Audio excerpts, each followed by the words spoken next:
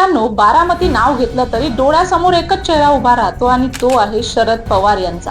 ही फक्त जागा नाही, हा एक वारसा आहे आणि त्या वारशावर पुन्हा एकदा राजकारणाचा मोठा अध्याय लिहिला जातोय. नमस्कार मित्रांनो, मी सपना. स्वागत आहे तुमचं माझी बातमी या चॅनल मध्ये. मित्रांनो, चॅनलला सबस्क्राईब नसेल केलेलं तर नक्की. इथे सगळं काही अचानक बदललं. अजित पवार यांच्या अपघाती निधनानंतरच हे सर्व झालं. राजकारणातल्या या धक्क्याने फक्त एक नेते गेले नाही, तर बारामतीच्या राजकारणात एक मोठी पोकळी निर्माण झाली. आणि त्या पोकळीतून पुढे आल्या सुनेत्रा पवार, एक गृहिणी, एक शांत व्यक्तिमत्व. पण परिस्थिती अशी की थेट उपमुख्यमंत्री पदाची शपथ घेतली. खासदारकीचा राजीनामा देऊन त्यांनी राज्याच्या राजकारणात एक पाऊल टाकलं.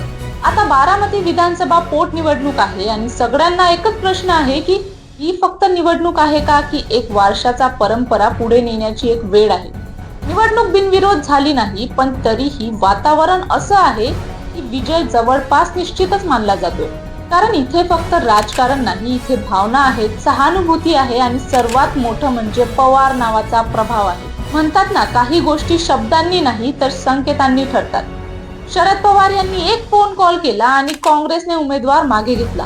हा फोन कॉल फक्त कॉल नव्हता, तो बारामतीच्या राजकारणातल्या वजनाचा एक पुरावा होता. आणखी एक ट्विस्ट म्हणजे सुप्रिया सुळे स्वतः सुनेत्रा पवारांसाठी प्रचारात उतरणार अशी चर्चा रंगली आहे. घरातलीच लढाई, पण घरातलीच साथ आहे. राजकारणात हे क्वचितच पाहायला मिळतं आणि याच सगळ्या वातावरणात एंट्री होते संजय राऊत यांची. नेहमीप्रमाणे थेट, रोकटोक, पण यावेळी शब्द जरा जास्तच खोल होते. ते म्हणाले, बारामती म्हणजे फक्त एक मतदारसंघ नाही, शरद पवार यांची ओळख आहे. जर त्यांनी बारामती उभी केली नसती तर आज पवार नावालाही इतकं वजन नसतं. हा फक्त एक स्टेटमेंट नव्हतं, हा एक इशारा होता, एक आठवण होती की कितीही मोठं झालात, कितीही पदं मिळाली तरी मूळ कुठे आहे हे विसरू नका. राऊतांनी आणखी एक मोठा मुद्दा टाकला, ही निवडणूक आम्ही श्रद्धांजली म्हणून लढत नाही, पुढची निवडणूक अशी सोपी नसेल असं त्यांना वाटतंय. म्हणजेच आज शांतता आहे, पण उद्या संघर्ष नक्की असणार. आणि मग त्यांनी एक वेगळाच अँगल दिला. बाळासाहेब ठाकरे यांनी ठाकरे नावाला जे वैभव दिलं, तसं शरद पवार यांनी पवार नावाला दिलं आहे. त्यांच्या मते हे तुलना नव्हती, हा वर्षाचा मोजमाप होता. पण सगळ्यात जास्त चर्चा झाली ती एका वाक्यामुळे, सुनेत्रा पवार भविष्यात मुख्यमंत्री होऊ शकतात. हा फक्त अंदाज होता का, की आतल्या गोटात काहीतरी शिस्त आहे? तुम्हाला काय वाटतं याबद्दल आम्हाला कमेंट सेक्शन मध्ये नक्की सांगा. देवेंद्र फडणवीस, एकनाथ शिंदे या सगळ्या नावाच्या मध्ये अचानक सुनेत्रा पवार यांचं नाव मुख्यमंत्री पदासाठी पुढे येणं ही साधी गोष्ट नाही.